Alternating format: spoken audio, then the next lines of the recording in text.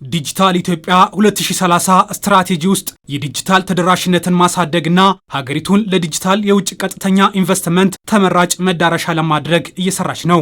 ስትራቴጂው በተለይ በሰው ሰራሽ አስተውሎት፣ በዲጂታል መሰረተ ልማት፣ በስማርት ከተሞች፣ በድንበር ተሻጋሪ ኢኮሜርስና በዲጂታል ሉዓላዊነት ዙሪያ ሰፊ ግቦችን ያካተተ ነው። በአምራች ዘርፉ የተሰማሩ የማሽንና የኢንዱስትሪ መሳሪያ አምራቾች በቀጣይ ጊዜያት የምርት ሂደታቸውን ከሰው ሰራሽ አስተውሎት ቴክኖሎጂ ጋር ለማጣጣም ቅድመ ዝግጅት አድርገዋል።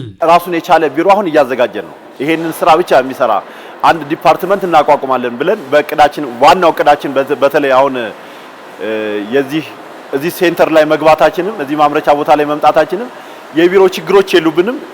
አሁን የቢሮ ችግራችን በከፍተኛ ደረጃ ተቀርፎልናል። አንድ ቦታ ላይ ሆኗል ማለት ነው።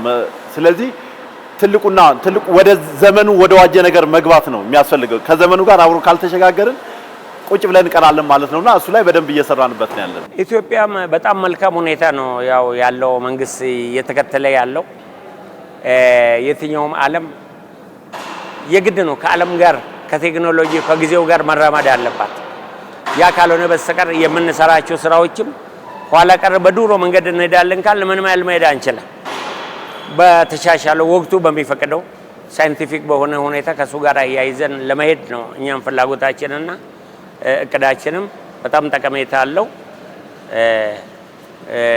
ለአገር እድገት አስተዋጽኦ የጎላ። አምራቾቹ ከዚህ ቀደም ከነበሩበት ውስን የሥራ ቦታ በመውጣት መሰረተ ልማቱ ወደ ተሟላበት የገላን ኢንዱስትሪ ፓርክ መዘዋወራቸውን አንስተዋል። ፓርኩ ዘመናዊ አሰራርን የሚደግፍ በመሆኑ የተሻሻሉ ቴክኖሎጂዎችን በቀላሉ ወደ ስራ ለማስገባት ምቹ ሁኔታን ፈጥሮላቸዋል። ቤቱም ሲገነባ ሰርቨሮች ሁሉ ተዘጋጅተውለት ነው የተገነባው ቦታው ራሱ ማለት ነው። ከእንደዚህ አይነት ጋር ወደፊት መስተሳሰር አለበት በሚል ድርጅቱ ይሄ ቤት ሲሰራ ከተማ አስተዳደሩ ይሄንን ፓርክ ሲያቋቁመው ያንንም ያማከለ ስራ ነው የተሰራው። ሰርቨሮች በሙሉ ተዘጋጅተውለታል። ስለዚህ ያ ችግር አይገጥመንም ማለት ነው። የኢንዱስትሪ ሚኒስትር መላኩ አለበል ኢትዮጵያ በአምራች ዘርፉ ዓለም የደረሰበትን የእድገት ደረጃ ለመድረስ የሰው ሰራሽ አስተውሎት ቴክኖሎጂን መጠቀም አስፈላጊ መሆኑን ያነሳሉ። እስካሁን ድረስ ብዙም ያልተሰራበት ግን ብዙ መስራት የሚገባን የዘገየንን አሁን ፈጥነን ለመድረስ ዘመኑ የደረሰበትን ቴክኖሎጂ መጠቀም አለብን። ኤአይ ነው። ስለዚህ የስልጠና አደረጃጀቶችን፣ የቴክኒክ ድጋፍ አደረጃጀቶችን እና ኢንዱስትሪዎቹንም ወደዚህ ስራ የማስገባቱ ስራ አንዱ ትኩረት የሚሰጠው እዚህ ላይ ነው ማለት ነው። በቀጣይም የኢንዱስትሪ ፓርኮችን ጨምሮ አምራቾች በምርት ሂደታቸው ውስጥ ይህንን ቴክኖሎጂ በስፋት እንዲጠቀሙ ድጋፍ እንደሚደረግ ተገልጿል። እዚህ ከኢንዱስትሪ ፓርኮች ጀምሮ በእያንዳንዱ ኢንተርፕራይዝ የሚገባ ዲጂታል ቴክኖሎጂውን የሚጠቀም ኤአይን የሚጠቀም የአመራረት ስርዓት የመከተል ጉዳይ በሚኒስቴር መስሪያ ቤታችን በኩል ዝግጅት እየተደረገ ስለሆነ ከሚመለከታቸው አካል ጋር በጋራ በመቀናጀት ለወደፊቱ የሚሰራ ይሆናል ማለት ነው። በአምራች ዘርፍ ውስጥ በትኩረት የተሰራባቸው ካሉ ጉዳዮች መካከል የካፒታል ዕቃዎች በሀገር ውስጥ ማምረት አንዱ ነው።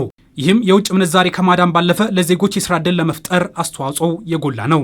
ማሽን ስናመርት ኢንዱስትሪው ለሌላው ለዛን ያህል ሰው መድረስ የሚችል ኢንዱስትሪ ፋብሪካ ነው እየገነባን። እኛ ፋብሪካ ነው የምንገነባው። ፋብሪካ ስንገነባ እዚህኛ ጋር የሚሰሩ ወጣቶች አሉ። ከኛ ጋር ፋብሪካውን ገዝተው ደግሞ እዛ ቦታ የሚሰሩበት ሌሎች ድርጅቶች አሉ።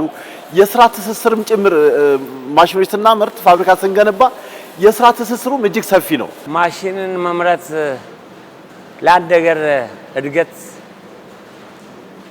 የጀርባ አጥንት ነው። የትኛውም ሀገር ያለ ማሽን ያለ ቴክኖሎጂ ያደገ ሀገር የለም። ስለዚህ እኛ አሁን እዚህ አነስተኛ እዚህ ወርክሾፕ ውስጥ የምናመርተው ማሽን በጣም ብዙ ሰዎችን የስራ እድል ይከፍትላቸዋል።